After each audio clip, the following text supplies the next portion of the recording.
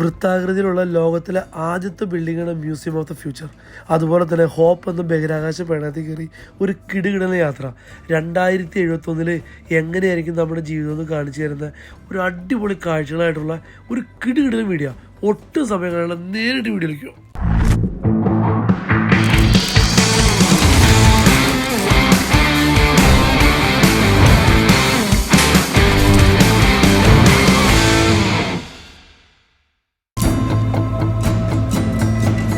ദുബായിലെ ഏറ്റവും വലിയ റോഡായ ഷെയ്ഖ് സായദ് റോഡിൻ്റെ സൈഡിൽ തലയുയർത്തി പിടിച്ച് നിൽക്കുന്ന മ്യൂസിയം ഓഫ് ദ ഫ്യൂച്ചറിലേക്ക് നമ്മുടെ ഇന്ന യാത്ര. അവിടേക്ക് പോകാനായിട്ട് നമുക്ക് കാർ ഉപയോഗിച്ച് പോകാം. അവിടെ പ്രൈവറ്റ് പാർക്കിംഗ് ഒക്കെ ഉണ്ട്. അതുപോലെ തന്നെ മെട്രോയാണ് ഏറ്റവും ഈസി. എമിറേറ്റ്സ് ടവർ മെട്രോ സ്റ്റേഷനിലേക്ക് കഴിഞ്ഞാൽ മെട്രോ സ്റ്റേഷൻ്റെ അകത്ത് നേരിട്ട് നമുക്ക് ഈ മ്യൂസിയം ഓഫ് ദ ഫ്യൂച്ചറിലേക്ക് എൻ്റർ ആകാൻ പറ്റും. നാഷണൽ ജിയോഗ്രാഫിക് ചാനലിൻ്റെ സർവേയിൽ ഇന്ന് വേൾഡിലുള്ള മ്യൂസിയങ്ങളിൽ ഏറ്റവും ബ്യൂട്ടിഫുൾ ആയിട്ടൊരു മ്യൂസിയം കേട്ടോ ഈ മ്യൂസിയം ഓഫ് ദ ഫ്യൂച്ചർ. ഇതിൻ്റെ ഏറ്റവും ഇമ്പോർട്ടൻ്റ് ആയിട്ട് പറയേണ്ടത് സ്റ്റെയിൻലെസ് സ്റ്റീലിൽ ആണ് ഫുള്ള് ചെയ്തിരിക്കുന്നത്. അറബിക് കാലിഗ്രാഫിയിൽ ആകർഷണീയമായ രീതിയിലാട്ടോ ഇത് ചെയ്തു വെച്ചിരിക്കുന്നത്. വൃത്താകൃതിയിലുള്ള ലോകത്തിലെ ആദ്യത്തെ ബിൽഡിംഗ് കേട്ടോ ഈ മ്യൂസിയം ഓഫ് ദ ഫ്യൂച്ചർ. അതുപോലെ തന്നെ ഈ മ്യൂസിയം ഓഫ് ഫ്യൂച്ചറിൻ്റെ ഫ്രണ്ടിലുള്ള ഈ കൈശില്പം UAE പ്രസിഡൻ്റായിരുന്ന Sheikh Mohammed bin Rashid Al മക്തൂമിൻ്റെ ഒരു ആശയമായിരുന്നു 3 ഫിംഗർ സല്യൂട്ട്. അതിൽ W ഫോർ വിന്നിനെയും V ഫോർ വിക്ടറിയെയും L ഫോർ ലവിനായിട്ട് സൂചിപ്പിക്കണേ.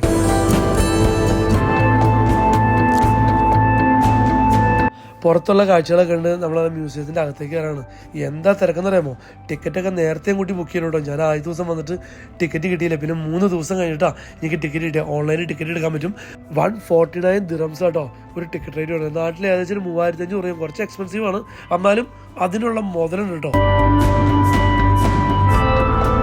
അകത്ത് കയറി കഴിയുമ്പോഴേ നമ്മൾ പുറമേ നിന്ന് കണ്ട പോലെ കേട്ടോ. എന്താ ഒരു ഭംഗി നോക്കി. ഒരു സൈഡിൽ മീനിൻ്റെ പോലത്തെ ഒരു സംഭവം പറന്ന് കിടക്കുന്നുണ്ട്. അത് തന്നെ ഒരു സൈഡിൽ ക്യാപ്സ്യൂൾ ലിഫ്റ്റ്. അത് കഴിഞ്ഞ് ആൾക്കാരുടെ ഇടയിൽ കൂടെ അതേ റോബോട്ട് നടന്നു പോകുന്നു. പിന്നെ ഇത് ഫുള്ള് വൈറ്റ് കളറാട്ടോ. അറബിക് കാലിഗ്രാഫി വെച്ചിട്ട് അതിൻ്റെ ഉള്ളിൽ കൂടെയൊക്കെ മുകളിൽ നിന്ന് ലൈറ്റൊക്കെ വരുമ്പോൾ അകത്തൊക്കെ നല്ലൊരു ഭംഗിയെ കാണാനായിട്ട്. പിന്നെ അകത്ത് തന്നെ ഒരു ചെറിയൊരു സൊവീനിയർ ഷോപ്പുണ്ട്, ഒരു കഫേ ഒക്കെ ഉണ്ട് കേട്ടോ. അത് നമുക്ക് എക്സ്പ്ലോർ ചെയ്യാൻ പറ്റും. നല്ല ഭംഗിയായിട്ടാണ് എല്ലാം അറേഞ്ച് ചെയ്ത് വെച്ചിരിക്കണേ.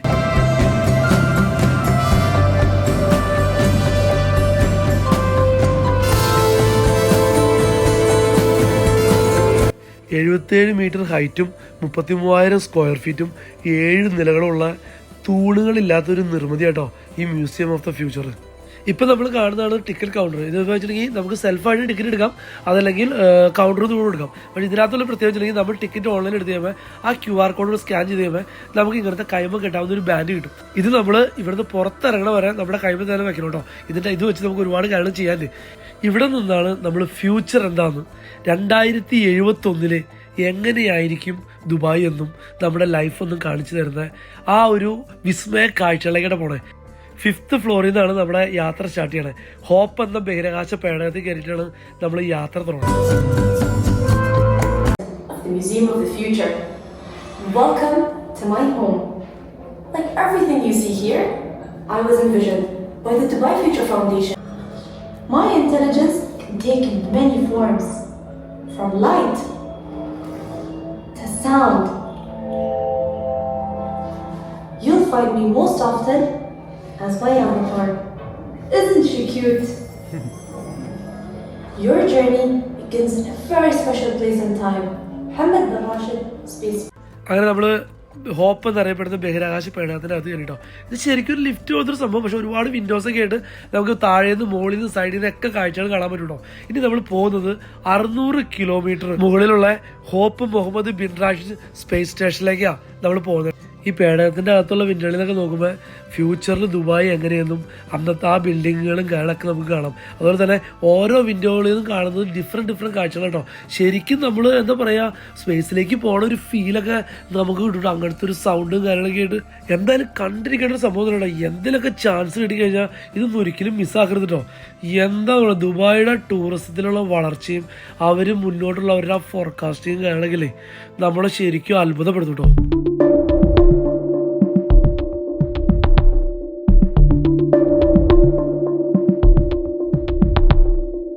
അങ്ങനെ സ്പേസ് സ്റ്റേഷനിലെത്തി.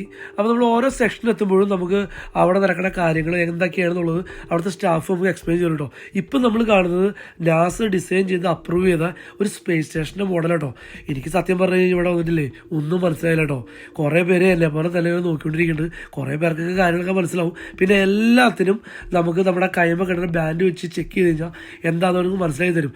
പിന്നെ ഇതൊന്നും വലിയ പിടിപാടില്ലാത്ത കാരണം കുറേ കറങ്ങി അടിച്ച് കണ്ടു. കുറേ ഫോട്ടോസ് വീഡിയോസൊക്കെ എടുത്ത് ഞാനിവിടെ ചുറ്റി കറങ്ങിയാണ് നടന്നു.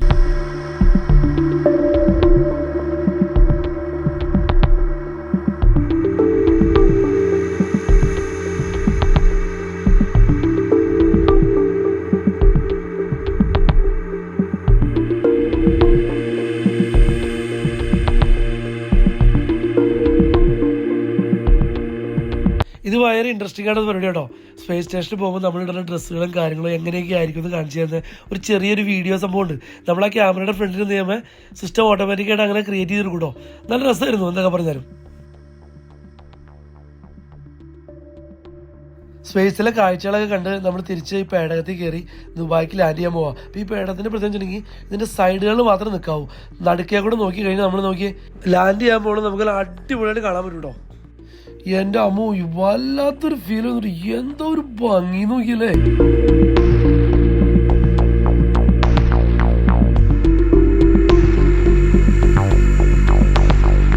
ആദ്യത്തെ സെക്ഷനൊക്കെ കണ്ട് നമ്മൾ അടുത്ത ചാപ്റ്ററിലേക്ക് എത്തിയിട്ട് ഹീൽ ഇൻസ്റ്റിറ്റ്യൂട്ട്.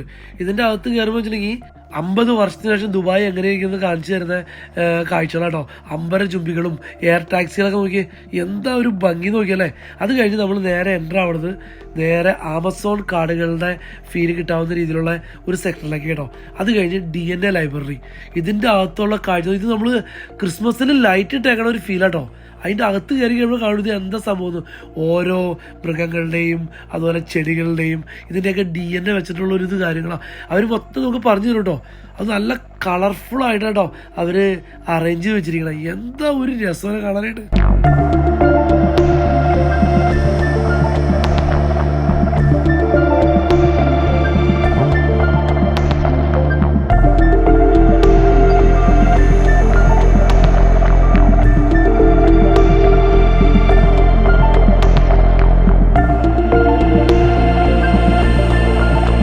ഇതൊക്കെ ഇപ്പോഴത്തെ കാലത്ത് പിള്ളേർക്കും അതുപോലെ തന്നെ അധ്യാപകർക്കൊക്കെ ഒത്തിരി ഉപയോഗം വരും കേട്ടോ. ഇതിൻ്റെ കുറേ കാര്യങ്ങളൊക്കെ അവർ നമുക്ക് എക്സ്പ്ലെയിൻ ചെയ്ത് തരും. ഇതിൻ്റെ പകുതി കാര്യം സത്യം പറഞ്ഞിരിക്കാൻ അതിൻ്റെ ABCD പോലും മനസ്സിലായില്ല കേട്ടോ. പിന്നെ കാണാൻ നല്ല ഭംഗിയുള്ള കാരണം കുറേ നേരം അവിടെ ചുറ്റിക്കറിയണമെന്ന് കണ്ടു. എന്തൊക്കെ പറഞ്ഞാലും സംഭവം കൊള്ളാം, പൊളിയാ.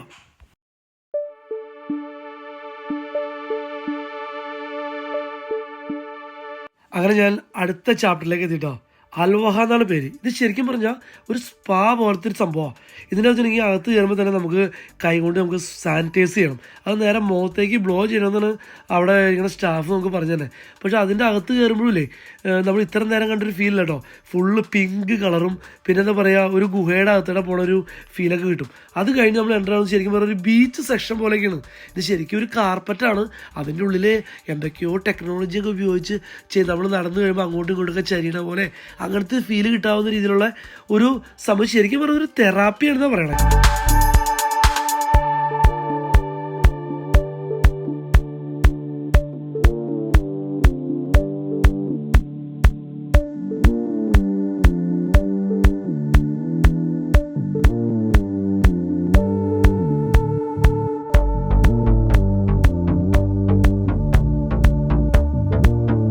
അങ്ങനെ ഓരോ കാഴ്ചകളൊക്കെ കണ്ട് നടന്ന് അടുത്ത സെക്ഷനിലേക്ക് എത്തി. Tomorrow today.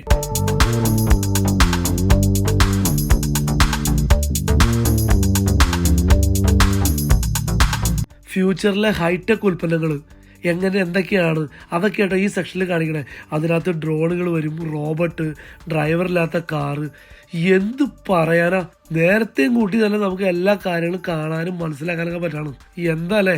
പിന്നെ അതുപോലെ തന്നെ ഇതിനെക്കുറിച്ചുള്ള കാര്യങ്ങളെല്ലാം അവരവിടുത്തെ സ്ക്രീനിനകത്ത് വെച്ചിട്ടുണ്ട്. അതുപോലെ തന്നെ സ്റ്റാഫ് നമുക്ക് കറക്റ്റായിട്ട് നമുക്ക് പറഞ്ഞു തരും കേട്ടോ. എന്തായാലും സംഭവം കൊള്ളാം, ഒന്നും കളയാനില്ല.